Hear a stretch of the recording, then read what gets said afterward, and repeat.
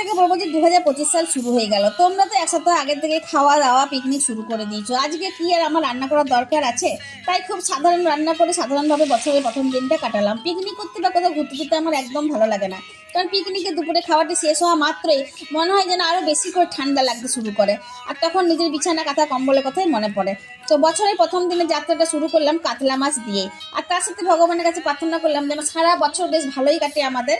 আর যদি কোনো অসুবিধায় পড়ি তাহলে ভগবানের আশীর্বাদে যেন আমরা সবাই সেই অসুবিধার মোকাবিলা করতে পারি।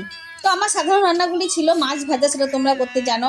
আলু পেঁয়াজ দিয়ে মাছের তেল ভাজা, সেটাও তোমরা জানো। আলু সিদ্ধ মাখতে তো তোমরা জানো।